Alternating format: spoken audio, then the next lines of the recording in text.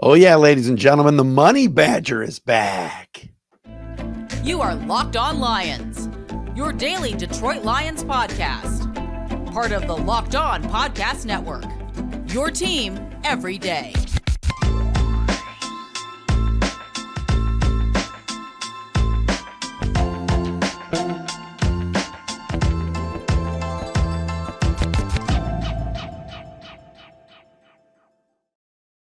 What's good, everybody? Matt Derry back with you. It is a Thursday edition of Locked On Lions right here on the Locked On Podcast Network, your team every day on a Thursday, February 22nd and a Friday, February 23rd.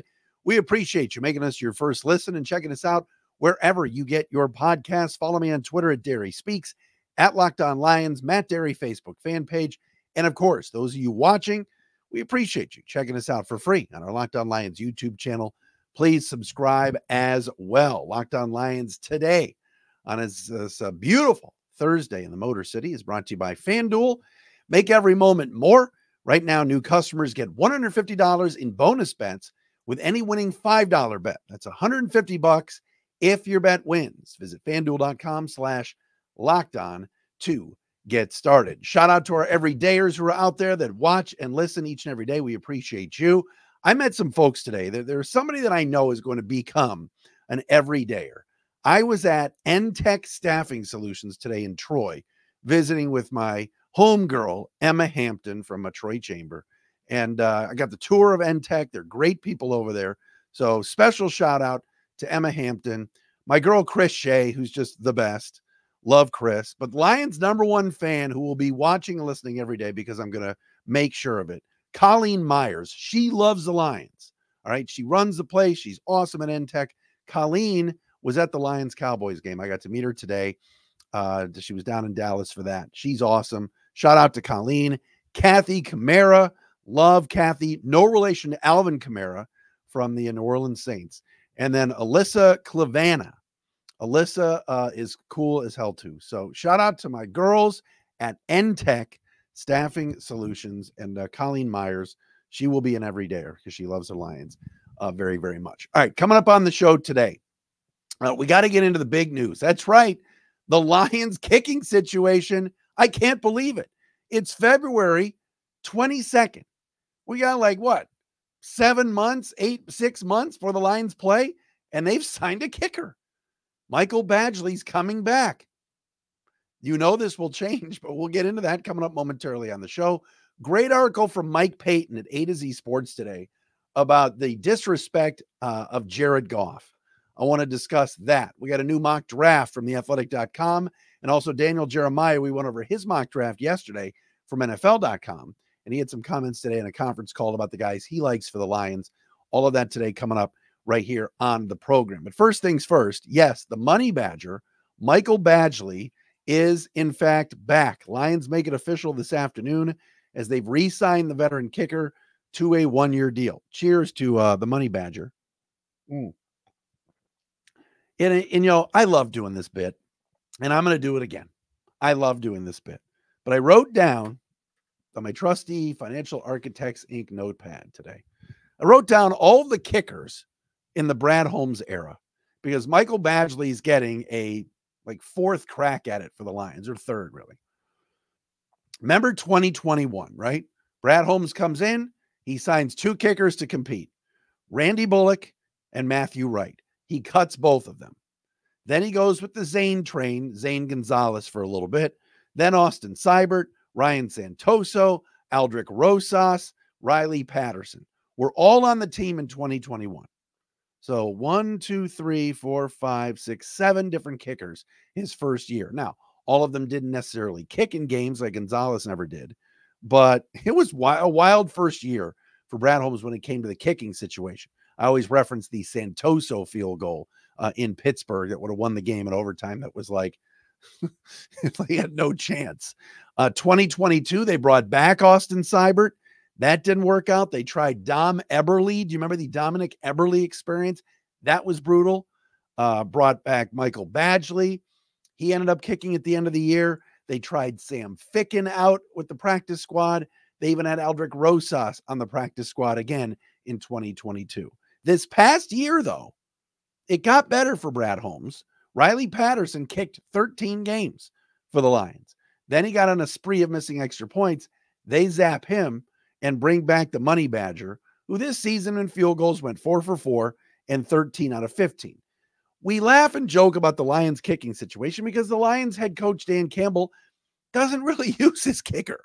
We saw that firsthand in the NFC Championship game. And it begged the question, all right, it begs the question right now. Will the Lions use Michael Badgley in spots that they need points? Or is it still going to be that the head coach, Dan Campbell, is going to continue, like Jeff Rieger calls him on the ticket, is he just going to continue to be Dan Gamble, where points on the board, even in situations like in the NFC Championship game where the Lions were down 3, could have tied the game at 27, did not do that. Instead went for it, missed opportunity. That was when they were down 3 and they went empty backfield and Goff had to scramble and throw the ball down the field and they didn't get it. Badgley, that would have been a 47-yard field goal. They seem to like him because they're re-signing him right now. All right. They've had him on the team for years, on and off for 2 years. But it begs the question. I mean, would the Lions consider some sort of competition for Michael Badgley going into next season? Would they consider signing a free agent kicker that is a much bigger leg, like a guy like Chase McLaughlin from Tampa, or the Texans kicker this past year, Fairburn, who makes 50-yarders? Would the Lions spend some money on a kicker, or is it just same old story with this front office? They really don't care who the kicker is. First year they went through, like I said, 7. This year, Riley Patterson seemed to be doing well in 13 games. Had a few struggles, missed a few kicks. He was immediately pink slipped and gone. And they bring back Michael Badgley, who since he had left the Lions in 2022 had been in Washington, had been in Tennessee. These guys make the rounds, man. Look, if I'm the Lions, I'm not, not drafting a kicker. We saw how drafted kickers did this past year. All right, Jake Moody, who was amazing in college, wasn't so good with the Niners after being drafted early. Was he a third? I think in the 3rd round. Anders Carlson, Daniel Carlson's little brother, was drafted in the 6th round by the Packers, and he was horrible. It's almost like luck of the draw. You know, the Browns had all sorts of kicking issues, drafted the kid 2 years ago.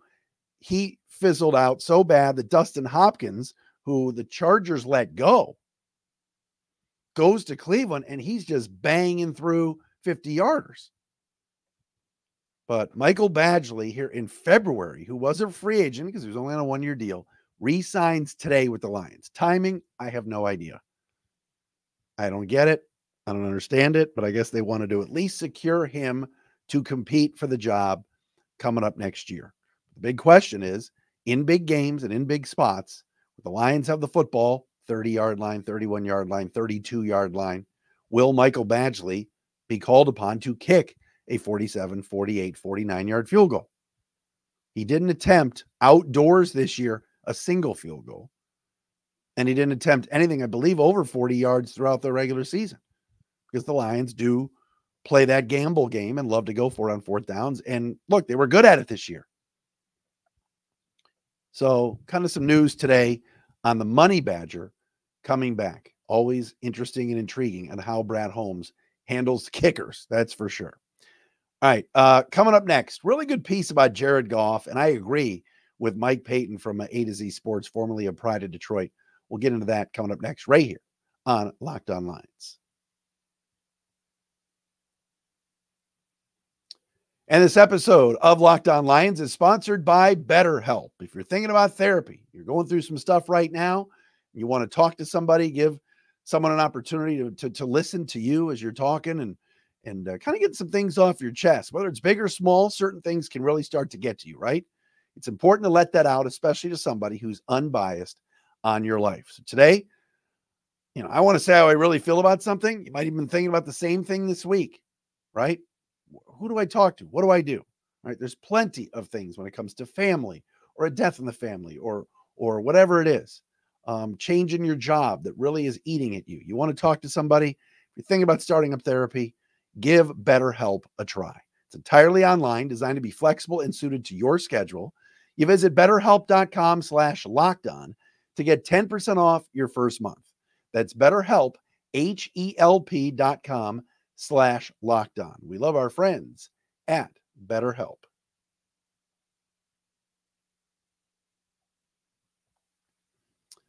Little Thursday edition of Locked On Lions right here on the Locked On Podcast Network. Your team every day. Thanks for making us your first listen. And again, checking us out wherever you get your podcast. Saw a piece today at A2ZSports.com with Mike Payton, who used to write for Pride of Detroit. And it's interesting. He titles it, Jared Goff is the most disrespected quarterback in the NFL. And Payton writes, quote, maybe that title has some hyperbole attached to it. I'm not around the news cycle of every quarterback in the NFL all the time, so I can't say this definitively, but I will say there's a lot to the idea that Lions quarterback Jared Goff is the most disrespected quarterback in the NFL. List came out today from FanDuel, our good friends at FanDuel, proud sponsor of Locked On Lions, about quarterback rankings. And in their top 10 quarterbacks from this past season, FanDuel has Patrick Mahomes, Josh Allen, Lamar Jackson, Joe Burrow, CJ Stroud, Matthew Stafford 6, Justin Herbert 7, Jordan Love 8, Dak Prescott 9, and Jalen Hurts 10. So you got to figure, all right, where are we headed here with, going into this season right now? Jared Goff's got to be like 11 or 12 if he's not a top 10 quarterback, right? Wrong. Trevor Lawrence comes in at 11. Did not have a great season for Jacksonville. At number 12, they put Caleb Williams with the Bears. Oh my gosh. I'm coughing. So they have Caleb Williams with the Bears. Okay. This is on FanDuel's Twitter. Where did we go wrong? And it's got Caleb Williams with the Bears at number 12. He hasn't even played it down to the NFL yet. Geno Smith at 13, then Jared Goff at 14, ahead of Aaron Rodgers and Kirk Cousins. Now, let me say this. Who would I rather have, Tua or Jordan Love? I'd rather have Tua. Tua was 19. Who would I rather have, Jared Goff or Jordan Love? Jared Goff. He's 14. Joe Burrow did not have a good year this year. He's 4th? Would you have rather Brock Purdy or Trevor Lawrence? I'd probably take Purdy. Purdy's 17. How was Jared Goff not in the top 10? He took his team to the NFC Championship game. He had a really, really good year again. Jalen Hurts is excellent. Dak Prescott's really good. But you could make an argument that Jared Goff had a better season than both of those guys. And Jordan Love propelled himself into a really good player this year. But 8th, ahead of Dak, ahead of Hurts, ahead of Lawrence, ahead of Goff? No, ridiculous. All right, so it's just, I know it's a list. We know it's FanDuel, and they talk more about fantasy football than anything else. But it's another list where Jared Goff is getting disrespected. And one thing that Payton points out in his piece at A to Z Sports is that his past is never forgotten. And that when people put lists out and talk about Jared Goff, they always seemingly bring up what happened with the Rams and how he got dealt to the Lions because his last year in LA was not very good. Jared Goff has taken the Lions to back-to-back winning seasons. 9 wins this year, or last year, 12 wins this year, plus 2 in the playoffs. Jared Goff this season was 2nd in the league in passing yards, 4th in touchdowns, 7th in completion percentage, and 9th in passer rating. 2 years ago, he was 6th in passing yards, 6th in passing touchdowns, 18th in completion percentage, and 7th in passer rating. Last I checked, those are top 10 numbers. Yet, on lists like this that FanDuel put out today, Jared Goff is 14th. And behind guys like Trevor Lawrence, like I said, and even Caleb Williams, who's not even on the Bears yet. There's no guarantee. I have no faith that the Bears are even going to do the right thing. I have a weird feeling they're bringing Fields back and maybe trading down. Who knows? But is Jared Goff the most disrespected quarterback in the league? He's right up there. I think Brock Purdy is disrespected. I think Brock Purdy went to the Super Bowl this year. I still think people believe he's not good and still needs to prove himself, and he's a game manager and all those types of things. And to be quite honest with you, it's Goff. It's Jared Goff. I'm looking on this list. I'm seeing other guys: Kirk Cousins, Aaron Rodgers, Purdy, Kyler Murray, Tua, Justin Fields, whom, by the way, FanDuel has going to the Steelers.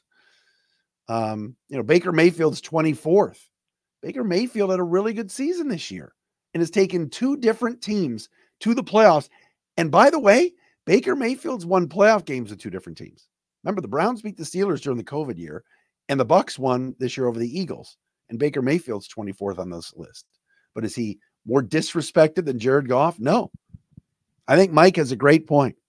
Check out his piece at A to Z Sports. I truly agree. Jared Goff still can't get the proper respect. He is disrespected. 14th, and I know it's a FanDuel list, and they're having some fun, and it's probably a fantasy thing, but come on now. I'm not buying that at all. Jared Goff is extremely disrespected. All right. Yesterday, we told you about Daniel Jeremiah's mock draft at NFL.com, where he had Zach Frazier from West Virginia at number 29 for the Lions. He is the number 2 rated center in this draft. He's a mauler. He's a Frank Ragnow type, 6'3", 312, really good football player, and fits the mold for the Lions. Now, again, the Lions have a center right now in Frank Ragnow, but Frazier could easily move over to guard if Jonah Jackson's not back, and also if Graham Glasgow's not back. The Lions would love to get both of them back. Continuity around that across the offensive line is extremely important. But again, it's going to come down to money, the agents, all of these things. Today, Daniel Jeremiah was on a conference call with reporters, as now we're in conference call / draft season, SZN, where Mel Kiper will be on a conference call. Daniel Jeremiah will be on a conference call. McShay will be on a conference call. All these guys, these draft experts. Today, Jeremiah said there are 2 guys that he thinks at number 29 are, quote, Detroit Lions type of players, end quote. One of them is Frazier of West Virginia. The other one is Missouri cornerback Ennis Rakestraw. Now, we've talked about Darius Robinson from Missouri maybe being a Lions fit because he can play all over the defensive front. He could be a defensive edge. He could be an edge. He can be an interior defensive lineman. I'm not going to talk about 3, 2, and 1 techniques. The guy can be placed anywhere on the D line and have success. Plus, Robinson's also from here. He played his high school ball at Canton High School, and he's a Detroiter. Also played at Missouri. But Rakestraw is interesting. His name has come up at number 29 as well. A lot of good cornerbacks in this draft. Everybody knows how I feel about Cooper DeJean. That's the guy that I want. I think he can return punts. I think he's athletic. I think the Lions and Ben Johnson could find a way where DeJean's on the field on offense, maybe like a Charles Woodson type dual threat, dual role once in a while. I'm not saying all the time, but I think DeJean has everything. He's so athletic. He's just fast. He's big. But Rakestraw is interesting because all I've read about Rakestraw from Missouri is hard worker, tough-nosed, in-your-face cornerback. All right. And as Jeremiah points out, a Detroit Lion type of player. Now, he was off the board. I think he went to 25 or 26. I think he was a couple of picks in front of the Lions at 29, hence why Jeremiah took Frazier instead. But keep an eye on Rakestraw from Missouri. That's another player that a lot of people have pegged going to Detroit. And the Lions need corners. We know that. I don't think anybody will argue at 29 if the Lions take a cornerback, but is that the MO of their general manager, Brad Holmes? He always likes to surprise us, doesn't he? Just like he did this past year. And that worked out quite well. All right, we have a different mock draft for you coming up next. The beat writers at theathletic.com put their first one in today, and we will discuss where the Lions go at the Athletic next. But first, let's tell you about our friends at FanDuel. Get buckets with your first bet on FanDuel, America's #1 sportsbook. NBA is back tonight. Your Detroit Pistons taking on the Pacers in Indianapolis. Want to put some money down on the game? You can do it at FanDuel, because right now new customers get $150 in bonus bets with any winning $5 bet. That's $150 if your bet wins. What makes it so much fun betting on your favorite NBA players and teams? Well, they got quick bets, live same-game parlays, exclusive props, and more. Just visit FanDuel.com/lockedon. That's FanDuel.com/lockedon and shoot your shot. FanDuel, official sportsbook partner of the NBA.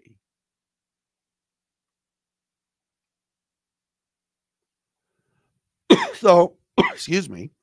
We are back on the program here on a Thursday edition. We'll have another show for you tomorrow right here on Locked On Lions. Shout out to our everydayers that are out there. We appreciate all of you. And thanks for hitting me up, whether it's on Twitter, Facebook, Threads, whatever it is. Appreciate all of you. All right, first beat writer mock draft, where the individual beat writers for theathletic.com pick for their teams. Usually I go 1 through 5 and go through all of that. Let's just get right to the Lions at number 29. The Lions, according to Colton Pouncey, so Colton made the pick. We've had Colton on the show before. He has the Lions at number 29, drafting Kool-Aid McKinstry, the cornerback from Alabama. Pouncey writes, quote, "It's no secret the Lions could use an influx of talent at cornerback, and McKinstry just so happened to be one of the best players available, regardless of position. It's an easy fit and one that doesn't need much overthinking. McKinstry has size and length. He's capable of handling business and man coverage. Lions could also use some pass rush help, and Latu, had he fallen to number 29, would have made an intriguing running mate opposite of Aiden Hutchinson. Instead, Detroit gets help at cornerback ahead of one of the most anticipated seasons in franchise history." Now, Latu from UCLA, who, of course, was injured a couple years ago, came back. He was taken a slot ahead of the Lions at 28 by the Dolphins. Kool-Aid McKinstry, you can't, that's like, to me, would be the safe pick. I think certainly there are plenty of other cornerbacks that are going to be out there, whether it's the Mitchell kid from Toledo, or I mentioned Cooper DeJean, Nate Wiggins from Clemson. There's a lot of good cornerbacks that are going to be in this draft. Now, Quinion Mitchell goes 22 to the Eagles in this mock. DeJean goes 23 to the Texans in this mock. Wiggins went 25 to the Packers in this one, leaving McKinstry for the Lions. Let's see if there's any other corners that went anyhow. Terrion Arnold from Alabama, number 17 to Jacksonville. Looks like he's the first corner off the board in this mock draft, and that is at number 17. So yes, that's the case. As far as the mock draft here, Bears, Caleb Williams, Commanders, Drake May, which we've seen a ton of. Atlanta trades up to with New England to get Jaden Daniels in this mock draft. Arizona, Marvin Harrison at 4, and the Chargers, Malik Neighbors, a wide receiver from LSU, at 5. But Kool-Aid McKinstry, to me, is the safe pick. He's a good football player. He didn't have a great year this year. It wasn't like his breakout, and he was actually better 2 years ago, but he's still really good. And the Lions need help at corner, and there's a lot of good depth here. Like I said, I'm a DeJean fan. I would love it if Quinion Mitchell somehow slid to 29, because he was a monster at the Senior Bowl. But I think if McKinstry's name is called at 29, I don't think there's going to be a lot of argument or angst from the fan base if that's the case. Look, we got a lot of time before the draft in April here in Detroit. And we'll continue to talk, mock drafts and everything else, because mock draft season is fun. And I think that, Brad Holmes, he's going to do something crazy. We know that. He's going to do something completely out of the ordinary. Do I think it's going to be like taking a wide receiver at 29? I don't. All right. But nothing would surprise me. And again, we're doing mock drafts now, but what happens in free agency? What happens if Jonah Jackson gets an offer from somewhere else and leaves? What happens if Glasgow somehow goes? I think one of the two will stay, hoping for both. Then that changes the mindset, certainly, because Brad Holmes really does value the offensive line. That's been the Lions' bread and butter and their strength for the last couple of years. And Hank Fraley has done a whale of a job as O-line coach, and I love that he is back. So that's awesome. All right, speaking of back, we are back again tomorrow right here on Locked On Lions for a Friday edition right here on the Locked On Podcast Network. Thanks for making us your first listen. Checking us out wherever you get your podcasts right here on Locked On Lions. See you tomorrow.